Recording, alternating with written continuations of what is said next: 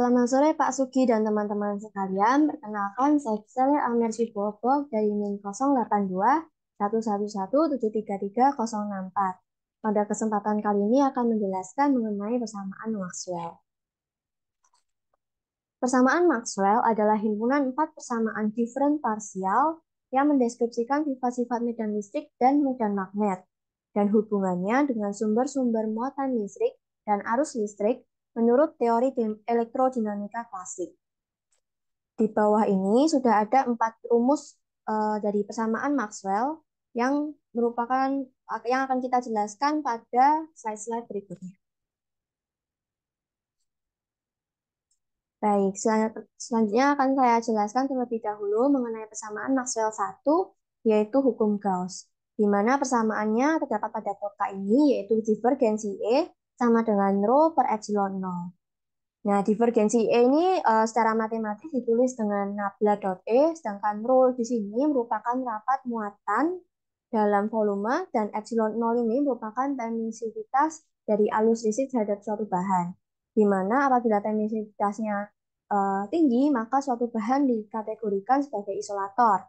Sedangkan apabila emisivitasnya kecil, maka suatu bahan ini dikategorikan sebagai konduktor. Selanjutnya, saya akan menjelaskan secara matematis lebih dahulu bagaimana dapat diperoleh persamaan Maxwell 1 ini. Jadi, sebelumnya sudah diketahui bahwa E adalah 1/4 pi epsilon 0 dari integral R per R kuadrat rho R d tau. Sehingga ketika kita ingin mencari divergensi E atau penyebaran dari medan listrik, kita akan mengalihkan integral ini dengan nabla. Jadi menjadi 1/4 pi epsilon 0 integral nabla dot R per R kuadrat rho R d tau. Nah, sebelumnya juga sudah diketahui bahwa nabla dot R per R kuadrat itu nilainya sama dengan 4 pi sigma kecil.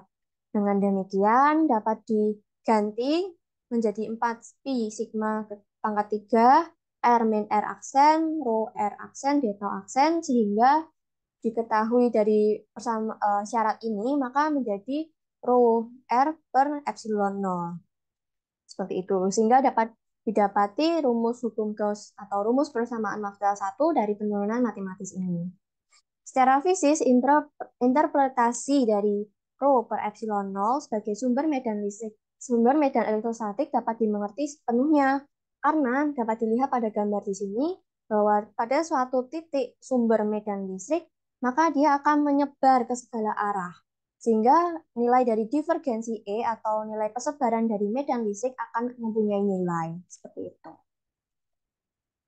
Selanjutnya, saya akan menjelaskan mengenai bentuk integralnya.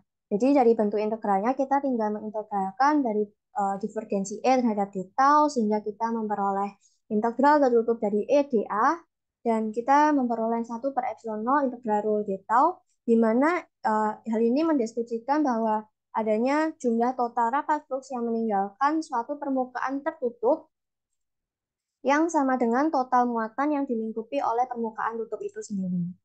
Seperti itu. Jadi, rho d tau ini memiliki nilai sama dengan Q ini, Q yang dilingkupi. Seperti itu. Nah, seperti yang sudah saya jelaskan tadi, bahwa E ini merupakan medan listrik, dan Q ini merupakan penjumlahan semua muatan yang ada di dalam S. Sehingga persamaan tadi merupakan pernyataan dari teorema flux Gauss, dengan kata lain flux E ini melalui permukaan tertutup S atau permukaan tertutup A sama dengan 1 per epsilon 0 kali dari muatan C total yang berada di dalam S. Garis-garis flux tersebut harus berasal dari muatan positif dan berakhir di muatan negatif. Dan jumlah garis-garis flux tersebut tergantung pada kekuatan muatan sumber. Teorema ini akan sangat berguna khususnya untuk menghitung besarnya medan listrik yang berasal dari suatu distribusi simetris muatan listrik. Muatan Q terletak di luar permukaan tertutup S, maka integral permukaan sama dengan 0. Interpretasi fisis dari hasil ini adalah bahwa garis-garis flux yang berasal dari Q di luar permukaan tertutup dan memasuki permukaan itu akan keluar juga dari permukaan tertutup tersebut. Baik, selanjutnya saya akan menjelaskan pada persamaan Maxwell kedua. Pada persamaan Maxwell kedua ini merupakan hukum Faraday yang merupakan curl dari E atau curl dari medan listrik sama dengan minus dou B per dou T, di mana B ini adalah medan magnet, sehingga dapat dinyatakan bahwa medan magnet yang berubah terhadap waktu akan menghasilkan medan listrik. Nah, saya akan terlebih dahulu menjelaskan penurunan matematis dari hukum Faraday ini melalui bentuk diferensial, di mana kita mengetahui bahwa curl dari medan listrik adalah nol. Karena seperti yang kita ketahui dari bentuk yang sebelumnya, bahwa suatu medan listrik sumbernya akan menyebar ke segala arah dan bukan mengitari sumber seperti itu. Jadi medan listrik ini sebenarnya termasuk medan irotasional, sehingga nilai curl-nya adalah nol. Seperti itu. Nah, kita juga mengetahui bahwa flux ini sama dengan integral tertutup dari EdL, sehingga sama dengan natural dari EdA, dan sama dengan minus delta flux per dt. Sehingga dengan kata lain, ini menunjukkan perubahan flux terhadap waktu. Sedangkan flux ini juga diketahui memiliki rumus matematis, yaitu integral BdA, atau integral medan magnet terhadap permukaan, seperti itu. Sehingga dengan demikian kita bisa mengetahui bahwa uh, di sini apabila integral tertutup EdL disama dengan perubahan flux terhadap waktu, maka dia juga akan sama dengan minus d per dt dari integral b terhadap dA dan akan menjadi minus integral dari perubahan medan magnet terhadap permukaan. Sehingga didapatkan rumus seperti ini. Nah, kemudian saya juga akan menjelaskan mengenai bentuk integral. Jadi dari bentuk integral sama seperti tadi, hanya saja bentuknya hanya sampai yang di sini. Jadi minus d per dt dan integral b dA. Jika ada rapat flux listrik, yaitu B yang berubah terhadap waktu dan menembus suatu bidang yang dikelilingi lintasan tertutup, maka akan menghasilkan medan listrik E yang arahnya sesuai dengan arah lintasan tertutup tersebut, yaitu mengelilingi bidang ds. Seperti yang dapat kita lihat pada gambar di bawah ini, yaitu ada permukaan tutup, kemudian ini ada perubahan rapat flux listrik, sehingga akan ada medan listrik yang mengelilingi lintasan tertutup ini. Seperti itu. Baik, selanjutnya saya akan menjelaskan mengenai persamaan Maxwell 3, yaitu yang ada pada kotak, yaitu divergensi dari B adalah 0, atau divergensi dari medan magnet adalah 0. Nah, hukum ini merupakan hukum yang tidak memiliki nama atau juga bisa disebut hukum Gauss dalam magnetik. Nah, sebenarnya hukum ini uh, diturunin dari matematisnya secara diferensial diketahui bahwa B ini adalah mu 0 per 4 pi integral dari J R cross R per R kuadrat d tau. Nah, apabila kita ingin mencari divergensinya sama seperti yang tadi pada divergensi E, maka kita akan mengolahnya menjadi yang baris kedua ini. Kemudian sebelumnya diketahui bahwa nabla dot J cross R per R kuadrat sama dengan R per R kuadrat dalam kurung curl dari J dikurangi J dot dalam kurung curl dari R per R kuadrat. Sehingga karena curl dari J sama dengan 0 dan curl dari R per R kuadrat juga sama dengan 0, maka nabla dot B ini atau divergensi dari B adalah 0. Nah, hasil ini juga masuk akal karena dapat dilihat pada gambar di pojok kanan atas bahwa medan magnet ini sebenarnya merupakan medan solenoida, di mana titik yang berada di tengah ini merupakan sumber medan listrik pada kawat konduktor, dan medan magnet ini akan mengelilinginya dalam bentuk lingkaran seperti ini, sehingga dapat disimpulkan bahwa medan magnet ini tidak memiliki persebaran ke segala arah.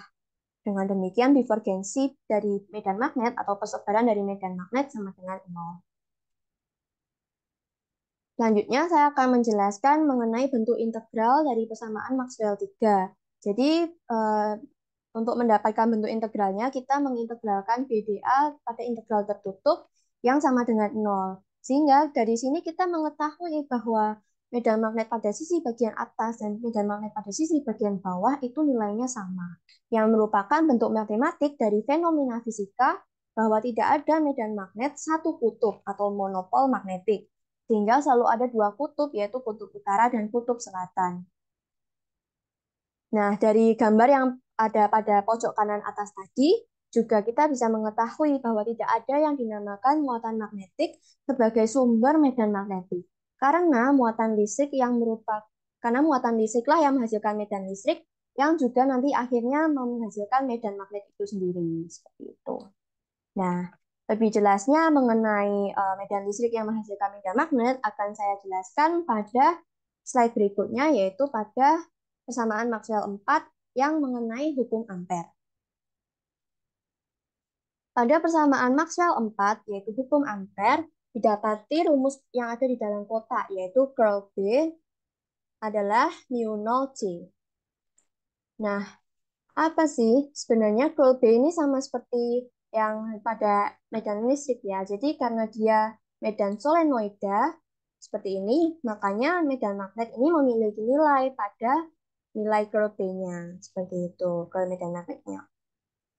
Nah, untuk itu saya akan menjelaskan mengenai penurunan matematisnya.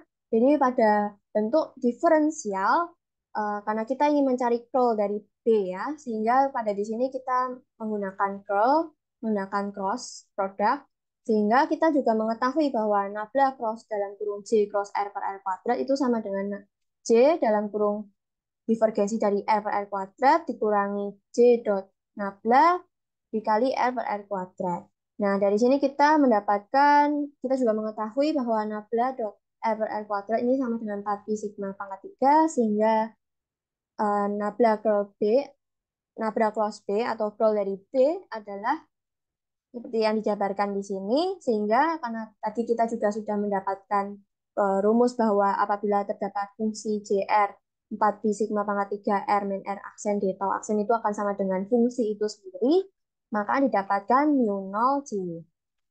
Seperti itu. Dan inilah bagaimana kita mendapatkan hukum Ampere.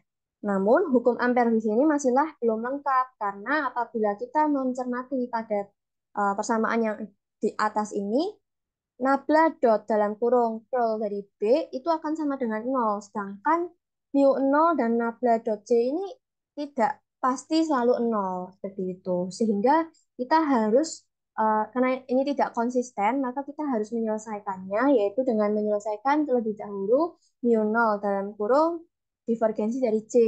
Dengan demikian didapatkan perhitungan sebagai berikut, sehingga kita mengetahui bahwa curl dari B adalah mu 0 J plus epsilon 0 mu 0 berubah do E per do T atau perubahan medan listrik terhadap waktu.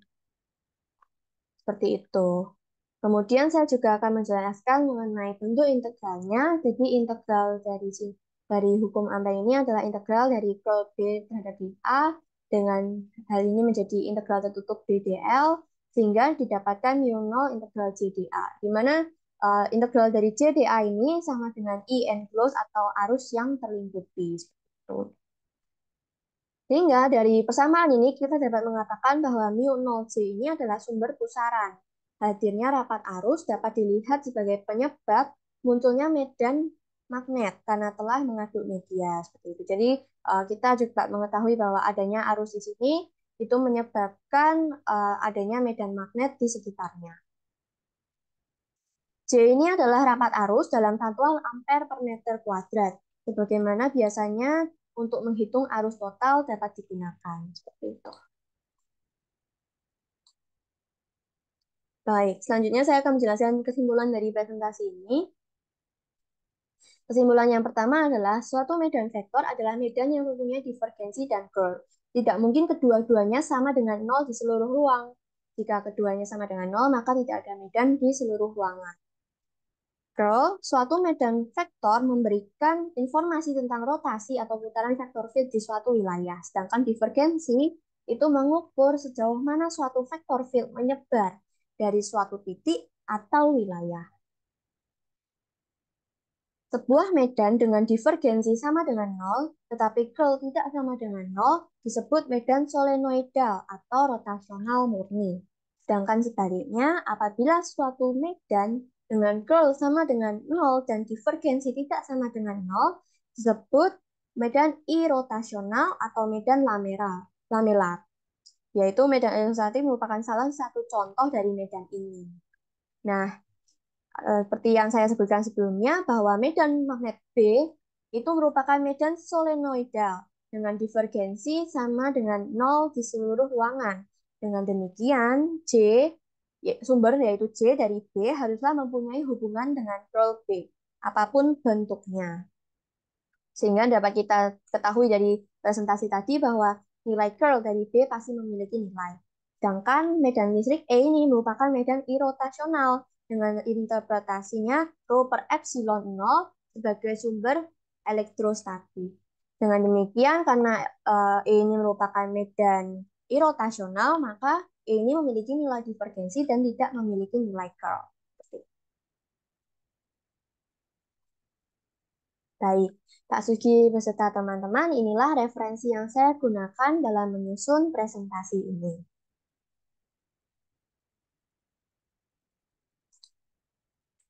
Baik, sekian presentasi dari saya. Semoga presentasi ini dapat berguna bagi sesama. Mohon maaf apabila ada salah kata, dan sampai jumpa di lain kesempatan.